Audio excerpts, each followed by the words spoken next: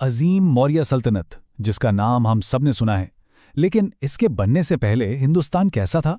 ذرا سوچیں۔ یہ کہانی ہے انتشار کی، جنگ کی، اور ایک ایسے انقلاب کی جو دہلیز پر دستک دے رہا تھا۔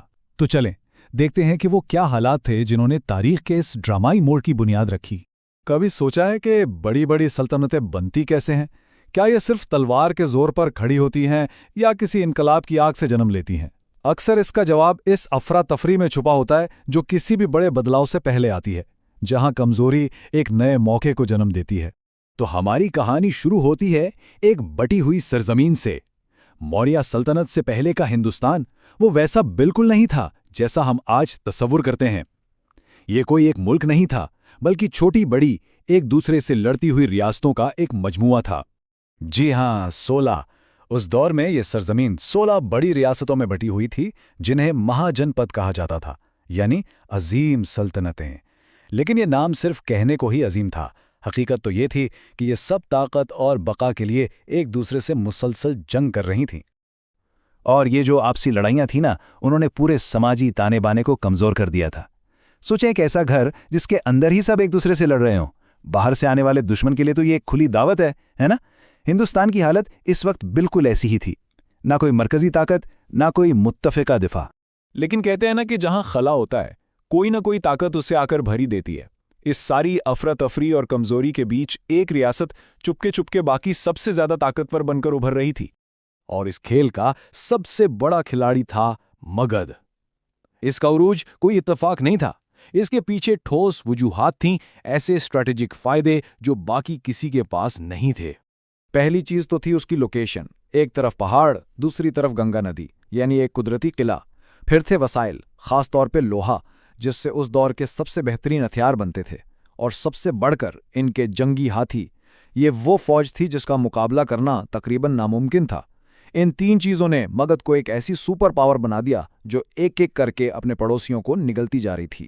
مگدھ کی سلطنت باہر سے تو ایک ناقابل شکست قلعے جیسی تھی، لیکن اندر ہی اندر اس کی بنیادوں کو دیمک کھا رہی تھی، اور یہ دیمک تھی نند خاندان کی اپنی کمزور اور کرپٹ قیادت۔ یہ تضاد دیکھیں ذرا، ایک طرف 2 لاکھ سپاہیوں اور ہزاروں جنگی ہاتھیوں کی فوج، اور دوسری طرف ایک لالچی بادشاہ، کرپٹ درباری اور بھاری ٹیکسوں کے بوجھ تلے پستی ہوئی عوام۔ یہ ایک ایسا ڈھانچہ تھا جو اپنے ہی وزن سے گرنے کے لیے تیار تھا۔ تو ملے ہماری کہانی کے ویلن سے، دھنانند۔ تاریخ کی کتابیں اس کی لالچ اور ظلم کی کہانیوں سے بھری پڑی ہیں۔ یہی ظلم عوام میں اس کی شدید غیر مقبولیت کی وجہ بنا، اور آخرکار یہی اس کے خاندان کے زوال کا سبب بھی۔ اور جب حالات ایسے ہونا، جب سلطنت اندر سے کھوکھلی ہو چکی ہو، تو پھر تاریخ بدلنے کے لیے صرف ایک چنگاری ہی کافی ہوتی ہے، اور وہ چنگاری ایک استاد تھا جس نے اس کمزوری کو پہچان لیا اور سب کچھ بدلنے کا فیصلہ کیا۔ جی، یہ تھے چانکیہ، تکشلا کے ایک استاد، دیکھنے میں شاید معمولی لیکن ذہن غیر معمولی۔ یہی تھے آنے والے انقلاب کے اصل ماسٹر مائنڈ۔ چانکیہ نے جب یہ بٹی ہوئی سرزمین اور کرپٹ بادشاہت دیکھی تو ان کے ذہن میں ایک واضح مشن تھا۔ پہلا، ہندوستان کو بیرونی حملاوروں سے محفوظ کرنا، اور دوسرا، اس ظالم نند خاندان کی جڑیں اکھاڑ پھینکنا۔ لیکن سوال یہ ہے کہ ایک استاد ایک کنگ میکر کیسے بن گیا؟ اس کی شروعات ایک ذاتی بے عزتی سے ہوئی، ایک ایسی توہین جس نے ایک ذاتی بدلے کو پورے ملک کے مشن میں بدل دیا۔ تصور کریں، دھنانند کا بھرا دربار، اور وہاں سب کے سامنے اس نے استاد چانکیہ کی تذلیل کی۔ یہ اس مغرور بادشاہ کی زندگی کی سب سے بڑی اور آخری غلطی تھی۔ اس ایک بے عزتی نے چانکیہ کے اندر وہ آگ بھڑکا دی جو پورے ہندوستان کی تاریخ بدلنے والی تھی۔ روایت ہے کہ انہوں نے اسی وقت اپنی چٹیاں کھول دی۔ یہ ایک علامت تھی، ایک اعلان تھا کہ جب تک یہ خاندان ختم نہیں ہو جاتا وہ چین سے نہیں بیٹھیں گے۔ یہ صرف ایک دھمکی نہیں تھی، یہ ایک قسم تھی، ایک ایسی قسم جو ایک نئی سلطنت کو جنم دینے والی تھی۔ تو اب بساط بچھ چکی ہے۔ ایک طرف ہے ایک ناقابل شکست سلطنت، دوسری طرف ایک ظالم بادشاہ، اور ان سب کے خلاف ایک ذہین استاد جو بدلہ لینے کی قسم کھا چکا ہے۔ لیکن سب سے بڑا سوال تو یہی ہے کہ ایک اکیلا استاد آخر یہ سب کیسے کر سکتا تھا؟ اس کا منصوبہ کیا تھا؟ یہ جاننے کے لیے ہمارے ساتھ رہیں۔ سوچئے ذرا، ایک ایسا لڑکا جو غلامی کی پستیوں سے اٹھا اور ہندوستان کا پہلا عظیم شہنشاہ بن گیا۔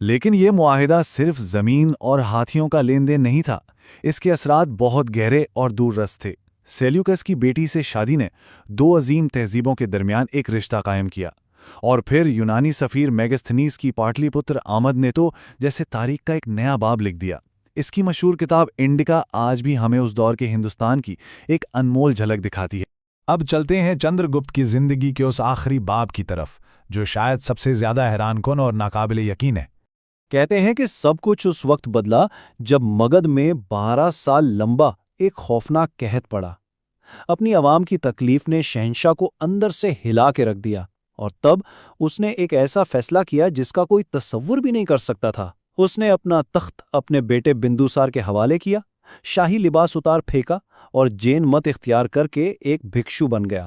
یہی نہیں، وہ جنوب کی طرف پیدل سفر پر نکل پڑا اور آخرکار سنتھارا کی قدیم روایت پر عمل کرتے ہوئے، یعنی روزہ رکھ کر رضاکارانہ طور پر اپنی زندگی کا خاتمہ کر لیا۔ تو آخر میں سوال یہی رہ جاتا ہے، چندر گپت موریہ کی اصل میراث کیا ہے؟ وہ عظیم الشان سلطنت جو اس نے بنائی اور متحد کی، یا پھر وہ باطنی سکون جس کی تلاش میں اس نے اسی سلطنت کو ٹھکرا دیا؟ یہ ایک ایسا گہرا سوال ہے جو آج بھی صدیوں بعد رہنماؤں اور مفکروں کو سوچنے پر مجبور کرتا ہے۔ جب بھی موریہ سلطنت کی بات ہوتی ہے تو ذہن میں فوراً دو ہی نام آتے ہیں، اس کے بانی چندر گپت موریہ اور اس کے سب سے عظیم بادشاہ اشوک اعظم۔ لیکن کیا کبھی یہ خیال آیا کہ ان دو بڑی شخصیتوں کے درمیان کون تھا؟ وہ کون حکمران تھا جس نے اس عظیم سلطنت کی باگڈور تقریباً 25 سال تک سنبھالے رکھی؟ تو آج ہم تاریخ کے اسی باب کو کھولنے جا رہے ہیں جسے اکثر نظر انداز کر دیا جاتا ہے۔ ہم اس بادشاہ کی کہانی میں اتریں گے جو دو بڑے ناموں کے سائے میں تو رہا، لیکن جس کی اپنی میراث نے ہندوستان کی تاریخ کا دھارا ہی بدل دیا۔ آئیے ملواتے ہیں بندوسار سے، چندر گپت موریہ کا بیٹا اور اشوک اعظم کا باپ۔ اس کا دور حکومت تقریباً 297 سے 273 قبل مسیح تک رہا۔ ذرا سوچئے، ایک طرف سلطنت کا بانی باپ اور دوسری طرف تاریخ کا عظیم ترین بیٹا۔ ایسی زبردست وراثت کے ساتھ اپنی شناخت بنانا کتنا بڑا چیلنج رہا ہوگا۔ لیکن بندوسار صرف اپنے باپ کا بیٹا یا اپنے بیٹے کا باپ نہیں تھا۔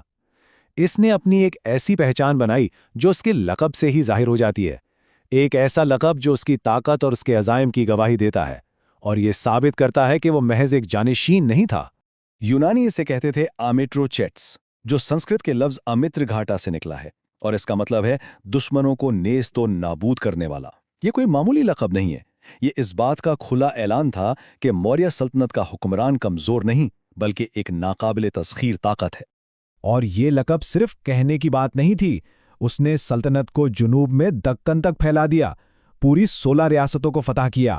اس نے موریہ سلطنت کی حدود کو مشرق میں خلیج بنگال سے لے کر مغرب میں بحیرہ عرب تک پہنچا دیا تھا۔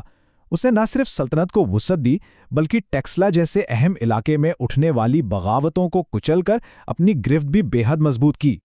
لیکن بندوسار کی طاقت صرف تلوار تک ہی محدود نہیں تھی، وہ ایک ذہین سفارتکار بھی تھا اور اس کے اندر علم کی پیاس بھی تھی۔ آئیے اس کی شخصیت کے اس دلچسپ پہلو پر نظر ڈالتے ہیں جو اسے ایک جنگجو سے کہیں بڑھ کر ثابت کرتا ہے۔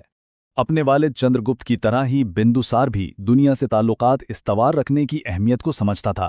اس کے شام کے بادشاہ اینٹیوکس اول جیسے یونانی حکمرانوں کے ساتھ گہرے روابط تھے، اور تو اور اس کے دربار میں ڈائماکوس نام کا ایک یونانی سفیر بھی مستقل طور پر موجود رہتا تھا۔ اسی سفارتی تعلق کی ایک بہت ہی دلچسپ مثال ایک خط میں ملتی ہے۔ بندوسار نے شام کے بادشاہ سے 3 چیزوں کی فرمائش کی۔ 2 چیزیں تو کافی عام تھیں، میٹھی شراب اور خشک انجیر، لیکن تیسری درخواست نے سب کو حیران کر دیا۔ اس نے ایک یونانی فلسفر کو اپنے دربار بھیجنے کی فرمائش کی۔ اینٹیوکس نے شراب اور انجیر تو بھجوا دیں، لیکن فلسفی کے لیے یہ جواب بھیجا کہ یونانی قوانین کے مطابق علم بکتا نہیں ہے۔ یہ چھوٹا سا واقعہ ہمیں بتاتا ہے کہ بندوسار صرف ایک جنگجو نہیں تھا بلکہ ایک ایسا مفکر بادشاہ تھا جو دنیا بھر کے علم اور خیالات کو سمجھنا چاہتا تھا۔ لیکن جہاں ایک طرف سلطنت کی سرحدیں پھیل رہی تھیں اور عالمی سطح پر تعلقات مضبوط ہو رہے تھے، وہیں موریہ دربار کے اندر ایک طوفان پنپ رہا تھا۔ بندوسار کے آخری ایام تخت و تاج کی ایک شدید کشمکش کا پیش خیمہ بن رہے تھے۔ میدان میں 2 شہزادے تھے، ایک طرف سشیم، سب سے بڑا بیٹا اور باپ کا لاڈلا، جسے دربار کا ایک دھڑا سپورٹ کرتا تھا، اور دوسری طرف تھا اشوک، جو اپنی غیر معمولی قابلیت اور رادھا گپت جیسے طاقتور وزیروں کی حمایت کی وجہ سے ایک مضبوط دعوے دار مانا جاتا تھا۔ اور پھر بندوسار کی بیماری نے اس کشمکش کو آگ لگا دی۔ اگرچہ بادشاہ سشیم کو چاہتا تھا، لیکن تاریخ کا پہیہ اشوک کے حق میں گھوم رہا تھا۔ وزیروں کی چالاکی اور اشوک کی طاقت نے مل کر نہ صرف تخت پر قبضہ کیا بلکہ ایک ایسی خونی جنگ کا آغاز کر دیا جس نے موریہ سلطنت کی تقدیر ہمیشہ کے لیے بدل دی۔ تو ان سب کے بعد ہم بندوسار کو کیسے یاد رکھیں؟ کیا وہ صرف دو عظیم ناموں کے بیچ کا ایک پل تھا؟ نہیں، حقیقت یہ ہے کہ اس کی حکمرانی وہ بنیاد تھی جس پر اشوک کی عظمت کی عمارت کھڑی ہوئی۔ اس نے اشوک کو ایک ایسی سلطنت ورثے میں دی جو نہ صرف بہت وسیع تھی بلکہ مستحکم اور مضبوط بھی تھی۔ یہ ایک تیار سٹیج تھا جس پر اشوک کو صرف اپنا کردار ادا کرنا تھا، اور اس کردار کی بنیاد اس کے باپ نے پہلے ہی رکھ دی تھی۔ تو اگلی بار جب اشوک اعظم کا نام سنا جائے تو ایک لمحے کے لیے اس کے باپ کو ضرور یاد کیجیے گا، وہ شہنشاہ جس نے تاریخ کے دھارے کو خاموشی سے موڑ دیا اور جس کے بغیر اشوک اعظم شاید کبھی اعظم نہ بن پاتا۔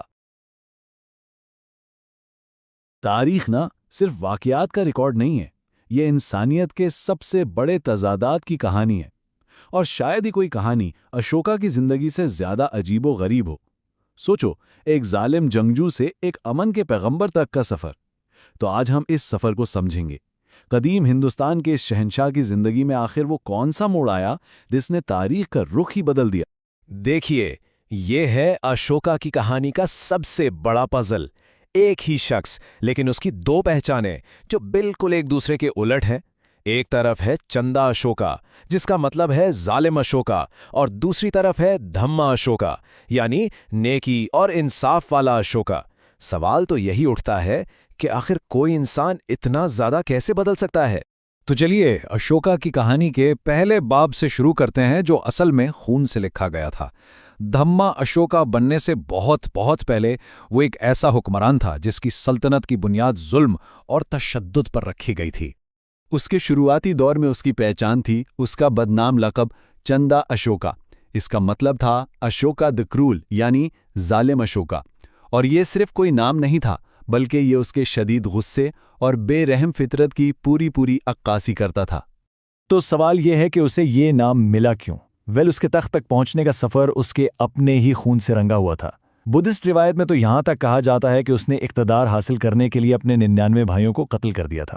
اب ہو سکتا ہے کہ تاریخ دان اسے تھوڑا مبالغہ رائی سمجھتے ہوں، لیکن اس بات پر سب متفق ہیں کہ ایک بہت خون ریز خانہ جنگی ضرور ہوئی تھی، اور اس کا سب سے بڑا ثبوت اس کے والد کی موت اور اس کی اپنی تاجپوشی کے درمیان پورے 4 سال کا گیپ ہے۔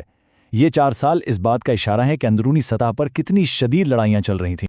ہر کہانی میں ایک ایسا لمحہ آتا ہے جو سب کچھ بدل دیتا ہے، ایک ٹرننگ پوائنٹ۔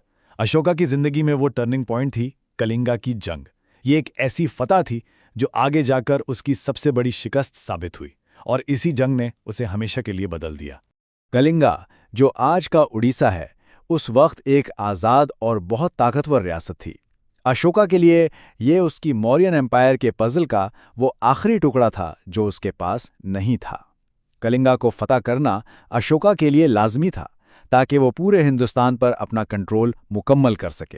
اس جنگ کی قیمت ناقابل تصور تھی۔ اشوکا کے اپنے لکھوائے ہوئے خطوبوں کے مطابق اس جنگ میں سیدھا 1,00,000 لوگ مارے گئے، اور بات صرف یہیں ختم نہیں ہوئی۔ 1.5 لاکھ سے زیادہ لوگوں کو قیدی بنا لیا گیا، ان کی آزادی، ان کی زندگیاں، سب کچھ چھین لیا گیا۔ اور سوچئے، یہ تو صرف سرکاری اعداد و شمار ہیں، اصل تباہی تو اس سے کہیں زیادہ تھی، کیونکہ جنگ کے بعد جو قحط اور بیماریاں پھیلیں انہوں نے نہ جانے کتنی اور جانوں کو نگل لیا۔ روایت ہے کہ جنگ کے بعد جب اشوکا فتح کے میدان کا جائزہ لینے نکلا تو اس نے دیکھا کیا؟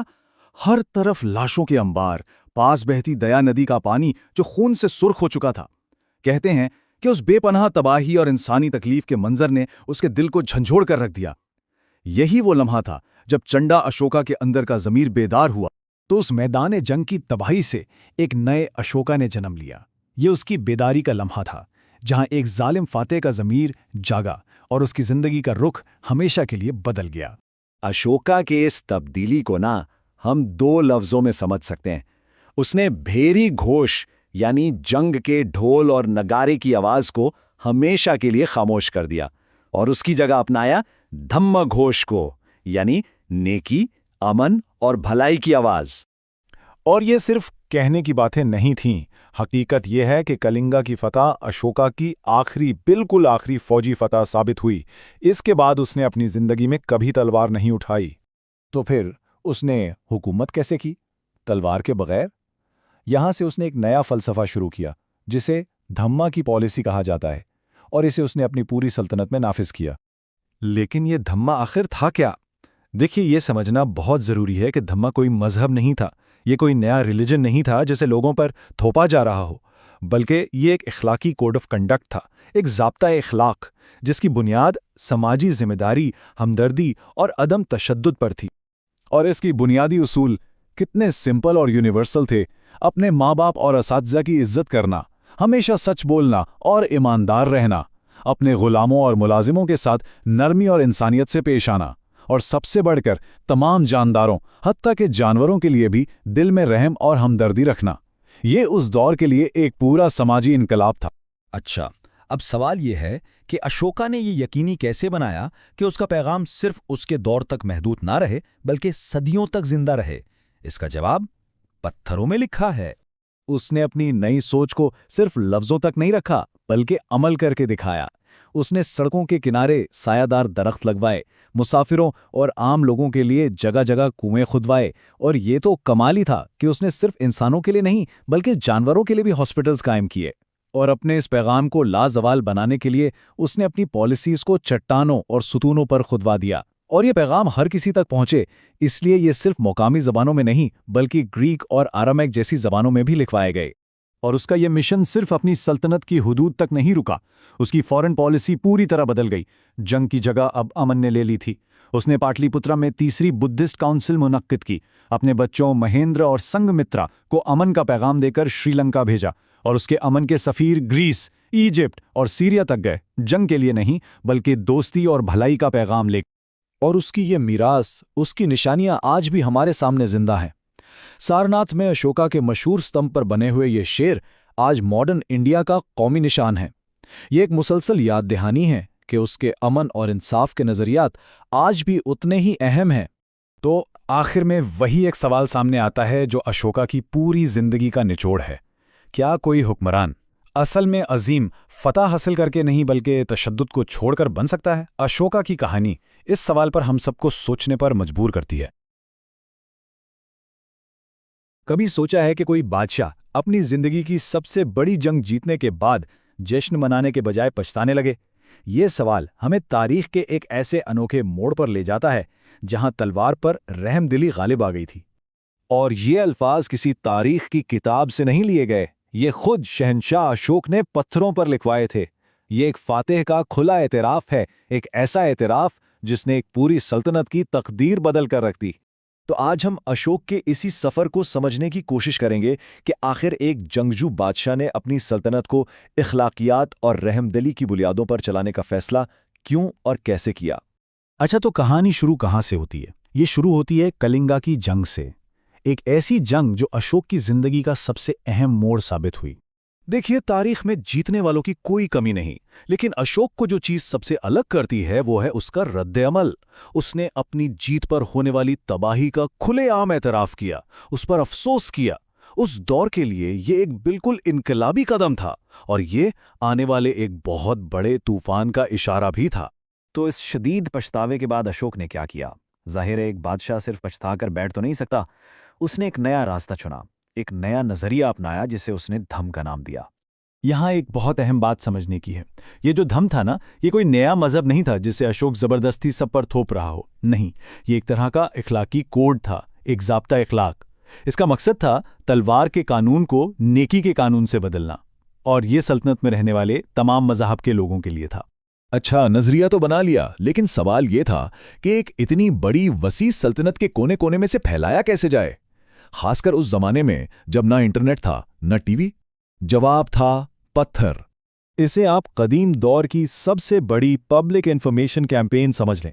ہر کتبے اور ستون کو بہت سوچ سمجھ کر ایسی جگہوں پر لگایا گیا جہاں سے زیادہ لوگوں کا گزر ہوتا تھا، تاجر، مسافر، عام شہری، تاکہ ہر کوئی بادشاہ کا پیغام براہ راست پڑھ سکے۔ اور کمال کی بات یہ تھی کہ یہ صرف پیغام پہنچانا نہیں تھا بلکہ یہ یقینی بنانا تھا کہ ہر کوئی اسے سمجھ بھی سکے۔ اشوک نے مختلف علاقوں میں وہاں کی مقامی زبان اور رسم الخط کا استعمال کیا، مطلب افغانستان میں یونانی اور آرامی زبان میں خطبے لکھوائے گئے۔ یہ ظاہر کرتا ہے کہ وہ ہر شخص سے اس کی اپنی زبان میں بات کرنا چاہتا تھا۔ تو ٹھیک ہے، پیغام تو پہنچ گیا، لیکن پیغام تھا کیا؟ یہ صرف اچھی باتیں نہیں تھیں بلکہ باقاعدہ پالیسیاں تھیں۔ آئیے دیکھتے ہیں کہ دھم عملی طور پر کیسا نظر آتا تھا۔ پہلی بڑی پالیسی، اور یہ اپنے دور کے حساب سے بالکل انقلابی تھی، یہ براہ راست جانوروں کے حقوق کے بارے میں تھی۔ سوچئے ذرا، ایک شہنشاہ خود یہ اعلان کر رہا ہے کہ جانوروں کی قربانیوں پر پابندی ہے، اور تو اور اس نے لکھا کہ پہلے جہاں شاہی باورچی خانے میں ہزاروں جانور پکتے تھے، اب صرف 2 مور اور 1 ہرن پکایا جاتا ہے، اور مستقبل میں یہ بھی بند کر دیا جائے گا۔ یہ دنیا کے پہلے سرکاری اینیمل رائٹس ڈکریز میں سے ایک تھا۔ اس کی دوسری بڑی پالیسی نے ایک ایسے نظام کی بنیاد رکھی جسے آج ہم پبلک ہیلتھ کیئر کے نام سے جانتے ہیں۔ اشوک نے پوری سلطنت میں نہ صرف انسانوں کے لیے علاج معالجے کا بندوبست کیا بلکہ جانوروں کے لیے بھی ہسپتال قائم کیے۔ جی ہاں، جانوروں کے لیے۔ آج سے تقریباً 2300 سال پہلے ایسا ویژن رکھنا واقعی اپنے وقت سے صدیوں آگے کی بات تھی۔ اشوک کا ویژن صرف پالیسیوں تک ہی نہیں رکا، اس نے اس بات کو یقینی بنایا کہ اس کے نظریات پتھروں اور نظام میں ہمیشہ کے لیے زندہ رہیں۔ یہ کوئی عام ستون نہیں تھے، یہ اینشنٹ انجینئرنگ کے شاہکار تھے۔ سوچیں، ایک ہی پتھر سے تراشے ہوئے 50 ٹن وزنی ستون جنہیں سینکڑوں میل دور لے جا کر نصب کیا گیا، اور ان پر ایسی پالش جو آج بھی شیشے کی طرح چمکتی ہے۔ اور سارناتھ کا مشہور ستون، اس کی چوٹی پر بنے 4 شیر تو آج بھارت کا قومی نشان ہے، اور اس کا پہیا اشوک چکر آج بھارت کے جھنڈے کے بیچ میں ہے۔ یعنی ایک قدیم پیغام آج بھی زندہ ہے اور روز لاکھوں لوگ اسے دیکھتے ہیں۔ قانون بنانا ایک بات ہے، لیکن اس پر عمل کروانا دوسری۔ اشوک نے اس کے لیے ایک بالکل نیا سرکاری عہدہ بنایا، دھم مہا منترا۔ آپ انہیں سلطنت کے اخلاقی نگران کہہ سکتے ہیں۔ اور ان کا کام کیا تھا؟ مختلف مذاہب کے بیچ ہم آہنگی پیدا کرنا، قیدیوں کے حقوق کا خیال رکھنا اور عوام میں اخلاقی تعلیم کو عام کرنا۔ یعنی یہ ایک مکمل سماجی اصلاح کا منصوبہ تھا۔ تو آخر میں سوال یہی رہ جاتا ہے، آج کی دنیا میں جہاں طاقت اور جیت ہی سب کچھ ہے، کیا رحمدلی، خود احتسابی اور اخلاقی حکمرانی کی یہ قدیم میراث آج کے رہنماؤں کو کوئی راستہ دکھا سکتی ہے؟ جب ہم تاریخ کی بات کرتے ہیں تو ذہن میں کیا آتا ہے؟ جنگیں، فتوحات، بڑے بڑے بادشاہ۔ لیکن تاریخ صرف یہی نہیں ہے، یہ کنٹرول کے فن کی بھی ایک داستان ہے۔ آج ہم ایک ایسی قدیم سپر پاور کی بات کرنے والے ہیں جس نے ایک ایسا پیچیدہ نظام بنایا، ایک ایسا سسٹم جو آج بھی ہمیں حیران کر دیتا ہے۔ اور یہ سلطنت تھی موریہ سلطنت۔ ذرا اس کے پھیلاؤ کا تصور کریں۔ آج کے ہندوستان سے لے کر افغانستان تک یہ کوئی چھوٹی موٹی ریاست نہیں تھی، بلکہ اپنے وقت کی سب سے بڑی اور طاقتور سلطنتوں میں سے ایک تھی۔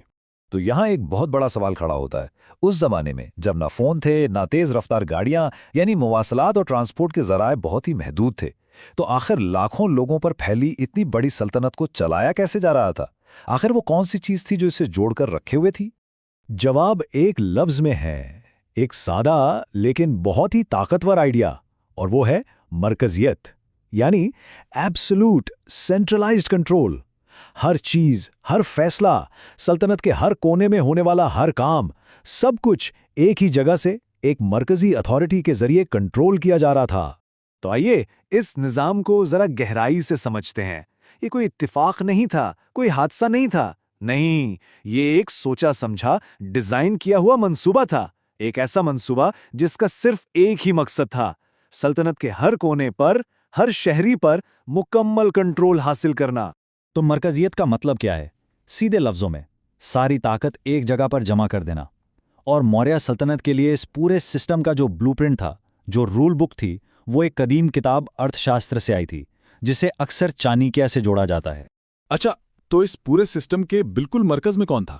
اس انتظامی ڈھانچے کی چوٹی پر صرف ایک شخص بیٹھا تھا، شہنشاہ۔ ہر چیز، پوری کی پوری شاہی مشینری اسی ایک فرد کے ارد گرد گھوم رہی تھی۔ اور یہ بادشاہ کوئی نام کا حکمران نہیں تھا، ایک یونانی سفیر تھا میگستھنیز۔ اس نے ایک بڑی دلچسپ بات لکھی ہے۔ وہ کہتا ہے کہ بادشاہ ہر وقت لوگوں کے لیے دستیاب تھا، یہاں تک کہ جب اس کی مالش ہو رہی ہوتی تھی، ذرا سوچیں، اس سے پتہ چلتا ہے کہ بادشاہ کا کردار صرف علامتی نہیں تھا، وہ 24 گھنٹے دن رات سلطنت کے معاملات میں براہ راست انوالو رہتا تھا۔ لیکن ظاہر ہے اتنا بڑا نظام کوئی ایک شخص اکیلے نہیں چلا سکتا تھا۔ شہنشاہ اکیلا نہیں تھا، حتمی فیصلہ تو اسی کا ہوتا تھا، لیکن اس کی مدد اور مشورے کے لیے ایک پوری کونسل موجود تھی جسے منتری پریشد کہا جاتا تھا۔ اور یہ حکومت کتنی بڑی تھی، اس کا اندازہ اس بات سے لگائیں کہ مرکزی حکومت میں 30 الگ الگ محکمے تھے۔ ہر محکمہ سلطنت کے کسی نہ کسی پہلو کو دیکھ رہا تھا۔ اس دور کے حساب سے یہ ایک ناقابل یقین حد تک منظم انتظامی ڈھانچہ تھا۔ اور یہ کوئی عام سے محکمے نہیں تھے۔ مثال کے طور پر زراعت کو دیکھنے کے لیے الگ نگران تھا، تجارت کے لیے الگ، اور حد تو یہ ہے کہ بازاروں میں وزن اور پیمائش کے جو پیمانے ہیں وہ ٹھیک ہیں یا نہیں، اسے چیک کرنے کے لیے بھی ایک الگ محکمہ تھا۔ اس سے پتہ چلتا ہے کہ وہ کتنی گہرائی میں جا کر ہر چیز کو کنٹرول کر رہے تھے۔ ٹھیک ہے، تو مرکز میں تو سب کچھ بہت منظم تھا، لیکن اصل چیلنج تو یہ تھا کہ اس کنٹرول کو ہزاروں میل دور سلطنت کے کونے کونے تک پہنچایا کیسے جائے۔ آخر پٹلی پتر میں بیٹھا بادشاہ دور دراز کے علاقوں پر حکومت کیسے کرتا تھا؟ اس کا حل بہت سیدھا سادہ تھا۔ سلطنت کو انتظامی طور پر 5 بڑے صوبوں میں تقسیم کر دیا گیا۔ ہر صوبے کا اپنا ایک دارالحکومت ہوتا تھا، جو ایک طرح سے اس علاقے کا چھوٹا مرکز بن جاتا تھا۔ اس طرح اتنی بڑی سلطنت کو قابل انتظام حصوں میں توڑ دیا گیا۔ اور یہاں ایک اور بڑی چالاکی تھی۔ ان صوبوں کے گورنر کون ہوتے تھے؟ اکثر شاہی خاندان کے اپنے شہزادے، انہیں کمار کہا جاتا تھا۔ اس کا فائدہ یہ تھا کہ مرکز کو پتہ ہوتا تھا کہ صوبوں میں جو سب سے بڑا آدمی بیٹھا ہے وہ اپنائی ہے، اور اس کی وفاداری شاہی خاندان کے ساتھ ہی رہے گی۔ چلیں اب تھوڑا اور زوم ان کرتے ہیں، صوبوں سے نیچے آ کر دیکھتے ہیں کہ یہ پورا سسٹم شہروں، قانون اور عام لوگوں کے روزمرہ کی زندگی پر کیسے اثر ڈال رہا کا۔ خاص طور پر ان کا جو دارالحکومت تھا، پاٹلی پتر، اس کا شہری نظام تو واقعی حیران کن حد تک جدید تھا۔ سوچیں، شہر کو چلانے کے لیے 30 لوگوں کی ایک کمیٹی تھی۔ ایک کمیٹی صنعتوں کو دیکھتی تھی، ایک اور کمیٹی باہر سے آنے والے غیر ملکیوں کی دیکھ بھال کرتی تھی، اور سب سے حیران کن بات، ایک کمیٹی شہر میں ہونے والی ہر پیدائش اور ہر موت کا ریکارڈ رکھتی تھی۔ یہ تو ایک طرح کی مردم شماری ہو گئی، جو اس زمانے کے حساب سے ایک بہت ہی ایڈوانسڈ چیز تھی۔ اچھا، اب قانون کی بات کرتے ہیں۔ یہاں بھی سسٹم بہت منظم تھا۔ 2 طرح کی عدالتیں تھیں، دیوانی مقدمات کے لیے الگ اور فوجداری کے لیے الگ۔ یعنی اگر شادی، وراثت یا لین دین کا کوئی جھگڑا ہے تو آپ دھرمستھیا عدالت میں جائیں گے، لیکن اگر چوری، غداری یا کوئی سنگین جرم ہوا ہے تو اس کے لیے کنٹکا شودھنا عدالتیں تھیں۔ بالکل واضح تقسیم تھی۔ لیکن اس سارے نظم و ضبط کی ایک قیمت تھی، اس کا ایک تاریخ پہلو بھی تھا۔ امن و امان قائم رکھنے کے لیے سزائیں بہت سخت تھیں، یہاں تک کہ جسم کے اعضاء کاٹ دینا ایک عام سزا تھی، اور اس کا نتیجہ یہ نکلا کہ جیسا کہ تاریخی کتابوں میں لکھا ہے، چوری کی وارداتیں تقریباً ختم ہی ہو گئی تھیں۔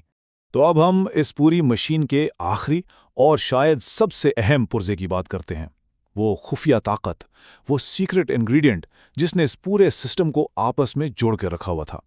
یہ تھیں سلطنت کی خفیہ آنکھیں۔ چانکیہ نے کہا تھا، بادشاہ کی آنکھیں اس کے جاسوس ہوتے ہیں، اور یہ صرف ایک کہاوت نہیں تھی، یہ موریہ ریاست کا بنیادی فلسفہ تھا۔ ان کا ماننا تھا کہ سلطنت تبھی محفوظ اور مستحکم رہ سکتی ہے جب اس کا جاسوسی کا نظام بہت مضبوط ہو۔ اور ان کا جاسوسی کا نیٹ ورک بھی کوئی عام نہیں تھا۔ اس کی 2 قسمیں تھیں۔ ایک تھے سنستھا، یعنی وہ جاسوس جو ایک ہی جگہ پر رہتے تھے۔ یہ دکاندار، فقیر یا طالب علم کا روپ دھار کر ایک ہی محلے یا شہر کی خبریں اکٹھی کرتے۔ اور دوسرے تھے سنچارا، یعنی موبائل ایجنٹس۔ یہ ہر وقت حرکت میں رہتے، ایک جگہ سے دوسری جگہ جاتے، اور ان میں ماہر خواتین ایجنٹس اور یہاں تک کہ زہر کے ماہرین بھی شامل تھے۔ اور اس نیٹ ورک کی پہنچ کہاں تک تھی؟ ہر جگہ تک۔ سلطنت کے سب سے اونچے وزیر سے لے کر گلی میں پھرنے والے عام آدمی تک کوئی بھی ان کی نظر سے بچا ہوا نہیں تھا۔ ہر کسی پر نظر رکھی جا رہی تھی، اور مقصد کیا تھا؟ بغاوت اور کرپشن کو شروع ہونے سے پہلے ہی ختم کر دینا۔ تو اگر ہم پوری بات کو سمیٹیں تو موریہ سلطنت ایک بہت ہی پیچیدہ اور مؤثر مشین تھی، اور اس مشین کے 4 اہم ستون تھے۔ پہلا، مکمل مرکزیت۔ دوسرا، ایک تہہ در تہہ انتظامیہ جو شہنشاہ سے لے کر شہر تک پھیلی ہوئی تھی۔ تیسرا، نظم و ضبط کے لیے سخت ترین قانون۔ اور چوتھا، ایک ایسا جاسوسی نظام جس کی آنکھیں اور کان ہر جگہ موجود تھے۔ اس میں کوئی شک نہیں کہ یہ سسٹم بہت کامیاب تھا۔ اس نے ایک بہت بڑی، مستحکم اور محفوظ سلطنت بنائی۔ لیکن یہ سب کچھ ہمیں ایک بہت بڑے سوال پر لا کر کھڑا کر دیتا ہے کہ ایک مکمل طور پر منظم اور محفوظ معاشرہ بنانے کی قیمت کیا ہوتی ہے؟ کیا کامل نظم و ضبط کے لیے ذاتی آزادی کی قربانی دینی پڑتی ہے؟ ذرا سوچئے ایک ایسی جنگ کے بارے میں جو تلواروں سے نہیں بلکہ ذہنوں سے لڑی جاتی ہے۔ آج ہم قدیم ہندوستان کے ایک ایسے ماہر حکمت عملی کی بات کرنے جا رہے ہیں جن کے حربے آپ یقین کریں آج کی جدید دنیا کو بھی حیران کر دیتے ہیں۔ جی ہاں، یہ ہیں چانکیہ، اور ان کی جنگ میدان جنگ سے کئی زیادہ بڑی تھی۔ اور یہ جو جملہ ہے نا، یہ چانکیہ کی پوری اسٹریٹجی کا، پورے فلسفے کا نچوڑ ہے۔ ان کا سیدھا سا ماننا تھا کہ اصل فتح تلوار سے ملتی ہی نہیں، اصل فتح تو تب ہوتی ہے جب دشمن کی سوچ پر قابو پا لیا جائے، اور یہی وہ اصول تھا جس نے تاریخ کی سب سے شاندار سلطنتوں میں سے ایک کی بنیاد رکھی۔ تو چانکیہ کے لیے اصل جنگ وہ تھی جو نظر ہی نہیں آتی تھی۔ ان کا ٹارگٹ دشمن کی فوج نہیں تھی، بالکل نہیں۔ ان کا ٹارگٹ تھا دشمن ریاست کا حوصلہ، اس کا استحکام۔ مقصد یہ تھا کہ دشمن کو اندر سے اتنا کھوکھلا کر دو کہ وہ بنا لڑے ہی گھٹنے ٹیک دے۔ لیکن سوال یہ ہے کہ یہ خاموش جنگ لڑی کیسے جاتی تھی؟ آخر اس کے ہتھیار کیا تھے؟ اس کا پہلا ہتھیار انتہائی مہلک اور خفیہ تھا، اور وہ تھا زہر۔ اور دیکھیے، یہ کوئی عام قسم کے زہر نہیں تھے۔ ان ہتھیاروں کی جو تاثیر تھی نا، وہ اس دور کی حیران کن سائنسی معلومات پر مبنی تھی۔ موریہ سلطنت میں کیمسٹری کا علم اتنا آگے بڑھ چکا تھا کہ وہ بہت ہی پیچیدہ، بہت ہی مؤثر زہر بنا سکتے تھے۔ اور ان زہروں کو پہنچانے کے طریقے وہ تو اور بھی زیادہ ہوشیاری والے تھے۔ مطلب زہر کو خوشبو میں ملا دیا، کھانے میں ڈال دیا، یہاں تک کہ کپڑوں پر لگا کر بڑے سے بڑے اہداف تک پہنچا دیا جاتا تھا، اور بالکل کسی کو کانوں کان خبر تک نہیں ہوتی تھی۔ اچھا، تو جسمانی ہتھیاروں کی بات تو ہو گئی، لیکن اب آتے ہیں ان ہتھیاروں کی طرف جو اس سے بھی کئی زیادہ طاقتور تھے۔ وہ ہتھیار جو انسانی ذہن کو نشانہ بناتے تھے، یعنی نفسیاتی جنگ۔ کبھی سوچا ہے کہ تلوار اٹھائے بغیر دشمن کو کیسے شکست دی جا سکتی ہے؟ یہی وہ بنیادی سوال تھا جس کا جواب چانکیہ کی نفسیاتی حکمت عملی میں چھپا تھا۔ ایک ایسی جنگ جس میں خون کا ایک قطرہ تک نہ بہے، لیکن دشمن مکمل طور پر تباہ ہو جائے۔ اس کا ایک زبردست طریقہ تھا مصنوعی معجزات، یعنی آرٹیفیشل میریکلز۔ ہوتا کیا تھا؟ چانکیہ کی جاسوس دشمن ریاست میں جا کر ایسے واقعات اسٹیج کرتے، ایسی چیزیں کرواتے جس سے عام لوگوں کو لگتا کہ ان کا بادشاہ تو بدقسمت ہے اور دیوتا اس سے سخت ناراض ہیں، جبکہ دوسری طرف موریہ بادشاہ کو اسے تو خدائی مدد حاصل ہے۔ اس سے ہوتا یہ کہ لوگوں کا اپنے بادشاہ سے اعتماد اٹھ جاتا اور بغاوت کے بیج بوئے جاتے۔ چلیں اس کی ایک مثال دیکھتے ہیں۔ جاسوس کیا کرتے کہ کسی مشہور مندر میں ایک خفیہ راستہ بناتے، پھر بالکل ٹھیک وقت پر ایک خاص موقع پر اس راستے سے عجیب و غریب آوازیں نکالتے، ایسی آوازیں جنہیں لوگ غیبی آواز سمجھتے، اور بس پھر یہ افواہ پھیلا دی جاتی کہ دیکھو جی، دیوتاؤں نے تو موجودہ بادشاہ کے خلاف اپنا فیصلہ سنا دیا ہے، کھیل ختم۔ ظاہر ہے اتنے بڑے پیمانے پر ایک جاسوسی نیٹ ورک ایک محفوظ اور تیز رفتار رابطے کے بغیر تو کام کر ہی نہیں سکتا۔ تو چانکیہ نے اس مسئلے کا کیا حل نکالا تھا؟ اس کا بھی ان کے پاس ایک شاندار حل موجود تھا۔ انہوں نے ایک دو طرفہ حکمت عملی اپنائی۔ رفتار کے لیے یعنی معلومات کو تیزی سے پہنچانے کے لیے تربیت یافتہ پرندوں کا استعمال کیا جاتا، اور حفاظت کے لیے ان پیغامات کو محفوظ رکھنے کے لیے ایک پوری خفیہ کوڈ زبان بنائی گئی تھی۔ اس کا فائدہ یہ کہ اگر کوئی قاصد پکڑا بھی جائے تو بھی وہ پیغام کسی اور کے لیے بالکل بے معنی ہوتا تھا۔ شاندار ہے نا؟ تو اس پوری قدیم جنگی حکمت عملی سے ہم کیا سبق سیکھ سکتے ہیں؟ دیکھیے، یہ صرف تاریخ کا ایک باب نہیں ہے، اس میں آج کے دور کے لیے بھی بہت سے سبق پوشیدہ ہیں۔ مختصراً اگر ہم دیکھیں تو چانکیہ کے پاس ایک مکمل ٹول کٹ تھا۔ سوچیں ذرا، جدید کیمیائی ہتھیار، لوگوں کی سوچ بدلنے کے لیے نفسیاتی حربے، ایک محفوظ مواصلاتی نظام اور جاسوسوں کا ایک بہت بڑا نیٹ ورک۔ یہ سب چیزیں جب ملتی تھیں تو ایک ایسی طاقت بنتی تھی جو بڑی سے بڑی فوج کو بھی دھول چٹا سکتی تھی۔ اور آخر میں ایک سوال جو سوچنے پر مجبور کرتا ہے، چانکیہ کے 2000 سال پرانے حربے جہاں جنگ ذہنوں میں لڑی جاتی تھی اور معلومات ہی سب سے بڑا ہتھیار تھا، کیا یہ آج کی سائبر اور انفارمیشن وارفیئر کی دنیا سے واقعی مختلف ہیں، یا پھر صرف میدان جنگ اور ہتھیار بدلے ہیں لیکن جنگ کا بنیادی اصول آج بھی وہی ہے؟